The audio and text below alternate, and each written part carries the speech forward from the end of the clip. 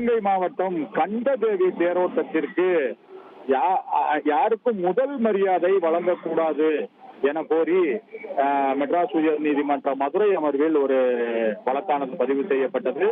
சிவகங்கை மாவட்டம் கண்டதேவி கோயில் தேரோட்டத்தில் யாருக்கும் முதல் மரியாதை வழங்கக்கூடாது, அனைவருக்கும் சமமான வாய்ப்பு வழங்க வேண்டும் என தொடரப்பட்ட வழக்கு.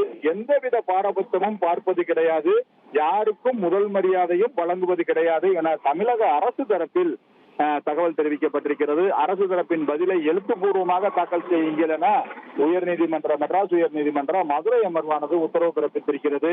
தமிழகத்தில் படித்தவர்களின் விகிதாச்சாரம் அதிகமாக இருக்கிறது, அதே நேரத்தில் பாகுபாடும் இருக்கிறது என நீதிபதிகள் தங்களது கருத்தை தெரிவித்திருக்கிறார்கள். இந்த வழக்கில் சிவகங்கை மாவட்டம் கண்டத்திலேயைச் சேர்ந்த கேசவமணி என்பவர் தொடர்ந்த வழக்கை விசாரித்த மெட்ராஸ் உயர் நீதிமன்ற மதுரை அமர்வு நீதிபதிகள் எஸ்.எம். சுப்பிரமணியம், மரிய கிளாட் ஆகியோர் கொண்ட அமர்வு இந்த விசாரணையில் இந்த உத்தரவை பிறப்பித்திருக்கிறது. அரசு தரப்பில் கூடுதல் தலைமை வழக்கறிஞர் வீரா கதிரவன் ஆஜராகி அரசு தரப்பின் பதிலை தகவலாக தெரிவித்தார்.